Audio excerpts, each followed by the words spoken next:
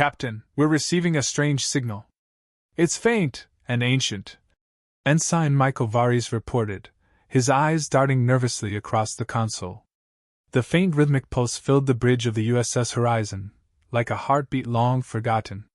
Captain Elias Rourke leaned forward in his command chair, his brow furrowing. He had seen a lot during his years of deep space exploration, but this felt different. Beside him, Commander Liara Tran scanned the data on her tablet, her fingers moving quickly as she filtered through layers of interference. "It's not on any known frequency," she murmured, her voice tight with concern. "And the origin, it's coming from deep within the Hadros Nebula." The Hadros Nebula was a graveyard, a stretch of space where signals went to die. Ships that entered often never returned, their comms reduced to garbled static before disappearing entirely. Yet here was a signal, persistent and deliberate. It shouldn't exist. "We could triangulate its source, Captain," Vares suggested, his eagerness betraying his youth. "This could be first contact. Or an ancient distress call. Imagine the possibilities." Captain Rourke weighed the words carefully. Curiosity had driven humanity to the stars, but it also had a tendency to get them killed. Still, the Horizon was built for the unknown, and something about this signal gnawed at him. It wasn't just a mystery, it felt like a summons. "Send a probe," Rourke ordered. "I want to know what we're dealing with before we dive headfirst into the void." Tran shot him a look of relief, her gaze flicking to Vares, whose enthusiasm had not waned. "A cautious move, Captain. Let's not tempt fate just yet." Minutes passed in tense silence as the probe sped into the nebula's swirling tendrils, its telemetry streaming back to the bridge. Vares stared intently at the readings, fingers dancing across the controls. Rourke's patience wore thin with each passing moment. "There!" Vares finally exclaimed, voice tight with excitement. "I've got the coordinates. It's a ship, no, a derelict vessel. And it's huge." The bridge went quiet. Rourke stood, his tall frame casting a long shadow over the consoles as he walked to the viewport. The nebula outside swirled like a living thing, and somewhere within that cosmic storm lay a vessel that had been calling out for how long? "Captain." Tran's voice was steady but carried an undercurrent of unease. "This doesn't feel right. The signal is too deliberate. It's not a distress call, and whatever sent it is old. Very old." Rourke remained silent, eyes locked on the nebula. He knew the risks, but turning away from the unknown was not in his nature. His crew trusted him to make the hard decisions, and this could be humanity's next great discovery, or its greatest threat. "Prepare the away team," Rourke said finally, his voice cutting through the tension. "We're going in." Tran's lips tightened into a thin line, but she nodded. Vares looked like a child on the edge of adventure, barely able to contain his excitement. As the crew prepared to board the derelict, the faint pulse of the ancient signal continued to echo in the background, steady and relentless, like the final breath of a dying star. And deep within the nebula, something waited. To be continued. The USS Horizon drifted toward the derelict ship, the faint pulse of its signal growing stronger. The thick clouds of the Hadros Nebula surrounded the vessel like a cosmic fog, making the structure ahead barely discernible. Captain Elias Rourke stood at the edge of the bridge, eyes narrowed as the silhouette of the ship took form, a hulking, ancient structure that seemed to defy time itself. "It's massive," Commander Liara Tran whispered, her eyes scanning the data on her tablet. "At least 5 times the size of our ship. But there's something wrong, there's no power signature. The signal is coming from within, but the ship is dead." Vares glanced up from his console, the eagerness from earlier replaced by apprehension. "No crew? No life signs?" "None that we can detect," Tran confirmed, her voice low. A silence fell over the bridge. The gravity of what they were about to face began to settle in. This wasn't just an abandoned ship, it was a tomb. Rourke's gaze remained fixed on the vessel. "Ready the away team. We'll dock with it manually." The decision hung in the air for a moment before Tran nodded, moving quickly to prepare the shuttle. Vares glanced back at the captain, his fingers tapping nervously on the console. You think it's safe? I mean, if this ship has been here for centuries. Safe isn't a word we use out here, Ensign. Rourke interrupted, his voice steady but sharp. But we didn't come this far to turn back. Whatever's in there, we'll face it.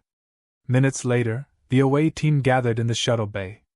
Rourke, Tran, Varys, and 2 other officers, Specialist Graves and Engineer Loris, stood in their suits, each one checking and rechecking their equipment. The weight of anticipation filled the air. All right, Rourke began, his voice calm but commanding. We don't know what's waiting for us in there. Stay sharp. Loris, you're in charge of getting us into the ship's systems. Graves, watch our backs. The team nodded, their expressions a mix of determination and anxiety. The shuttle bay door hissed open, revealing the dark, looming structure ahead as they boarded the small craft. As the shuttle undocked, Varys couldn't help but stare out the window, the nebula swirling around them like a living entity. The derelict ship grew larger with each passing second, its ancient hull scarred and broken in places, as if it had survived a battle long ago.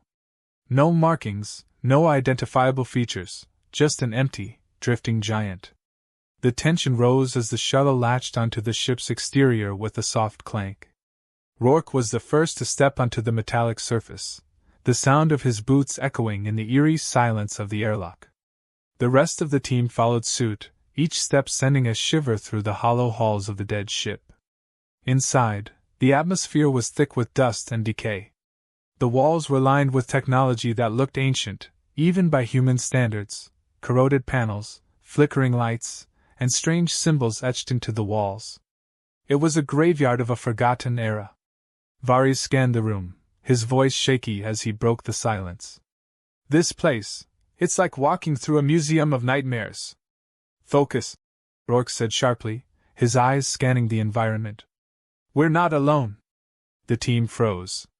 A faint sound, metal scraping against metal, echoed through the corridor. It was distant, but unmistakable.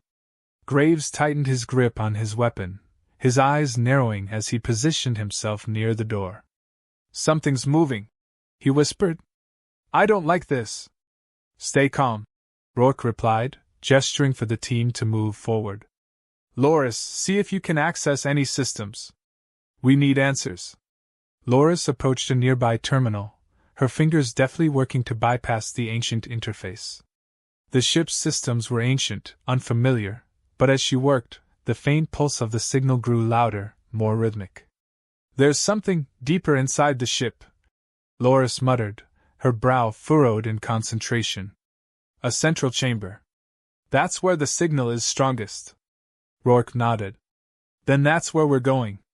As the team prepared to move deeper into the vessel, the air seemed to grow colder, heavier. The sound of scraping metal grew louder, echoing through the hollow halls. Every breath felt more labored, every shadow more menacing. And then, without warning, the lights flickered. For a brief moment, the entire ship seemed to come alive, panels lighting up, systems whirring to life. And in that moment they heard it, a voice. Distant, distorted, but unmistakable. You should not have come. The team froze, their eyes wide as the ship plunged back into darkness. The scraping metal was closer now, too close. Rourke's heart pounded in his chest. Whatever was waiting for them, they had woken it. To be continued. The corridor plunged into darkness, the sudden loss of light stealing the breath from Rourke's lungs. He felt the tension in the air, a thick fog of uncertainty that pressed against his chest. The unsettling voice echoed again, wrapping around them like a sinister embrace. You should not have come. What the hell was that?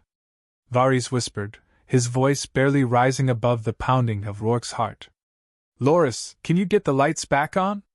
Rourke demanded, straining his eyes to adjust to the pitch blackness. He could hear the soft whir of the ship's systems, but they seemed to hum with an ominous note now, almost warning him to leave. I'm trying, Loris replied, her fingers dancing over the control panel, frantic and desperate. But the systems are locked. It's like the ship itself is fighting back. Get us out of here, Graves urged, his voice taut with anxiety as he swung his weapon from side to side, scanning for threats. "I don't like this. No one's going anywhere until we figure this out," Rourke said, attempting to project calmness, even as fear coiled in his gut. "We need to stay together." A flicker of light returned briefly, casting eerie shadows along the walls. Rourke saw the look of determination on Tran's face, her sharp eyes darting around the dim corridor. "We have to keep moving. If the signal is deeper inside, that's where we'll find answers." The team exchanged hesitant glances but nodded in unison. Rourke led the way, his boots echoing against the cold metal floor. The atmosphere was charged, an electric anticipation of the unknown. They pressed forward, moving cautiously, every shadow seemed to dance, every creak of the ship a reminder of their isolation. "Why are we here?" Varys suddenly blurted, his voice tinged with frustration. "What's the point? We don't even know what we're dealing with." "Because," Rourke replied firmly, "whatever this is, it's tied to something far bigger than us. We have to understand what happened here."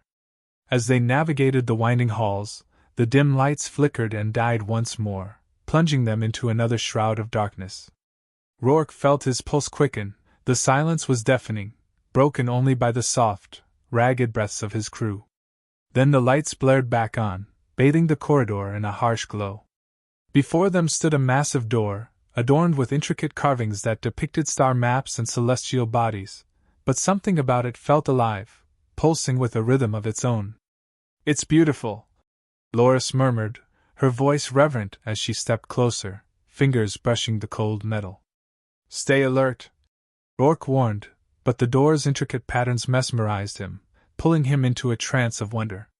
Suddenly, without warning, the door began to open, sliding apart with a deep rumble that resonated through the ship. The air thickened, charged with an energy that made the hair on the back of Rourke's neck stand up. He raised his weapon instinctively. "Everyone, prepare for anything," he commanded, his voice steady despite the tremors of unease that raced through him. As the door opened wider, a chamber revealed itself, vast and cavernous, with towering walls covered in glowing symbols. The floor was littered with remnants of technology, broken devices, tools that had long since lost their purpose.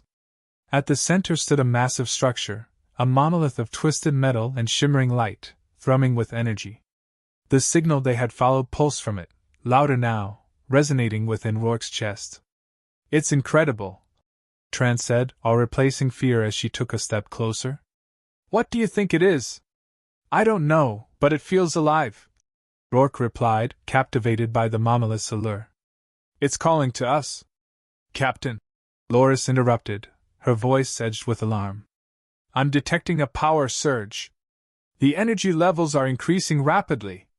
Before Rourke could respond, the monolith flared bright, illuminating the chamber with a blinding light. Shadows flickered as the ship trembled beneath their feet. A low rumble echoed, vibrating through the air, and the voice returned, louder, more insistent. "You have awakened me!" The team froze, the weight of the entity's presence suffocating. Rourke felt a chill run down his spine. The walls vibrated with the voice, each word reverberating through their very bones. "Who are you?" Rourke called out, his voice steady despite the fear gnawing at him. "I am the Keeper of the Void, the Sentinel of Lost Knowledge. You tread on ancient ground uninvited." "What happened here?" Tran demanded, her voice cutting through the chaos. "Why is the ship abandoned?" "The cycle of betrayal led to its demise," the voice intoned. "Those who sought to control knowledge have long since perished. Now the question remains, will you, too, succumb to your greed?" Rourke's mind raced. This was more than just a ship, it was a remnant of a lost civilization, a warning, perhaps a curse. "We don't seek to control anything," he asserted, his voice unwavering. "We're here to understand. Understanding comes at a price, human. Will you pay it?" The room darkened again, shadows swirling like smoke. Rourke felt an invisible weight pressing down on him, constricting his chest, as if the ship itself were judging their worthiness. "Captain?" Graves shouted, his voice strained. "We need to get out of here." "Hold your ground," Rourke ordered, but doubt began to creep in. The keeper's voice had struck a chord within him, igniting fears he had buried deep. The walls shook violently, and Rourke stumbled, grasping the monolith for support. The light flickered, pulse racing faster and faster, matching the chaos around them. "Decide, now! Will you embrace the truth, or will you flee?" As the chamber trembled, Rourke's resolve hardened. They had come this far, they had to know. "We will embrace it!" he declared, defiance rising within him. A moment of silence, then a cacophony of sound erupted as the monolith unleashed a blinding light. Rourke shielded his eyes, the world around him shifting and warping, drawing them into the unknown. To be continued. Rourke shielded his eyes against the blinding light, feeling the world around him twist and warp as though reality itself were being rewritten. The air crackled with energy, an electric tension vibrating through the chamber. He fought to maintain his footing, grounding himself against the cold surface of the monolith. "Your choice has been made, human," the keeper's voice boomed, echoing off the cavernous walls. "Now you shall witness the truth of what you seek." The light intensified, illuminating the symbols etched into the monolith's surface. As they pulsed with a rhythmic beat, Rourke felt a strange connection, as if the very fabric of his being resonated with the ancient technology. He glanced at his crew, their expressions a mix of awe and trepidation. "Stay close!" he shouted over the cacophony, but his voice felt small against the overwhelming power surrounding them. Tran's eyes were wide, reflecting the shimmering glow of the monolith. "Rourke, I feel," she began, but her words were swallowed by the rising crescendo of the keeper's voice. "Long ago, a civilization harnessed the power of knowledge," the entity intoned. "But their desire to control it led to their downfall. They unleashed forces beyond their understanding, and their hubris became their demise." As the keeper spoke, images flickered to life within the light, visions of a grand city, its spires reaching toward the stars, bustling with life and innovation. Rourke watched, entranced, as the scene shifted to a great cataclysm, ships falling from the sky, cities crumbling, and cries of despair filling the air. "What is this?" Varys asked, his voice barely a whisper. "Is this what happened to them?" "Yes," the keeper responded, the word resonating with gravity. "A warning for all who would tread the same path. Will you learn from their mistakes, or will you too fall into the abyss of ignorance?" Loris took a step forward, her fingers trembling. "What do you want from us?" she asked, fear edging her tone. "Knowledge demands a price," the keeper replied, the intensity of the light ebbing slightly. "To possess it is to bear the weight of responsibility. Will you accept this burden?" Rourke's heart raced. The implications were vast, and the weight of the decision loomed heavy. "What kind of burden?" he asked, forcing himself to meet the radiant energy emanating from the monolith. "You will gain access to the truths of the universe, but with that knowledge comes the power to change fate itself," the keeper warned. "The path will not be easy. It will test your resolve, your morals, and your very humanity." Graves shifted uneasily, glancing around at the swirling light. "How do we know this isn't a trap?" he demanded, his grip tightening on his weapon. "We could be signing our own death warrants." "Doubt is a natural response," the keeper acknowledged, the light dimming further. "But consider the alternative. Ignorance has led to the suffering of countless souls. Will you abandon them?" A tense silence enveloped the group. Rourke looked at each of his crew members, searching their faces for guidance. Loris was pale but resolute, Tran's jaw was set with determination. Varys' brow furrowed in thought, while Graves shifted his weight, still unconvinced. Rourke inhaled deeply, feeling the weight of their mission rest heavily on his shoulders. "We didn't come all this way just to turn back now. If we can learn from this, we owe it to everyone who's suffered," he declared, his voice gaining strength. "We accept your bargain."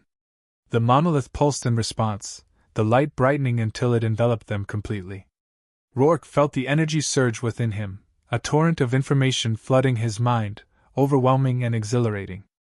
It felt as if he were standing on the precipice of infinity, the universe unfurling its secrets at his feet. "You have chosen wisely." The keeper's voice resonated, calming yet powerful. Now embrace the truth. You will find your strength not only in knowledge but in unity. Rourke gasped as visions cascaded through him, flashes of cosmic battles, distant worlds, and civilizations rising and falling like the tides. He could sense the interconnectedness of all things, the threads of fate weaving a tapestry more complex than he had ever imagined. But amid the grandeur, shadows loomed, dark and foreboding. Rourke felt a chill crawl up his spine. "What is this?" he murmured, trying to grasp the images swirling before him. "Those who would seek to control knowledge for their own gain are the greatest threat," the keeper warned, the urgency in its tone sharpening. "They will come for you. Protect your truth, for it is the key to survival." As the visions began to fade, Rourke's heart pounded in his chest. The realization struck him like a thunderclap. They were now embroiled in a struggle far greater than themselves. With a final surge of light, the images dissipated, leaving Rourke gasping for breath. He found himself back in the chamber, the monolith humming with a quiet power. The air felt different now, charged with purpose. "Did you see that?" Tran breathed, wide-eyed. "We have to prepare. They'll come for us." Rourke nodded, the weight of the decision pressing heavily upon him. They had embraced the truth, but now they had to defend it against those who would do anything to control it. A new urgency surged within him. "We need to gather our resources and make a plan," he ordered. "This is just the beginning." As the team rallied around him, Rourke felt a flicker of hope amidst the encroaching darkness. They were no longer just a crew of misfits. They were guardians of knowledge, and they would fight to protect it, together. To be continued.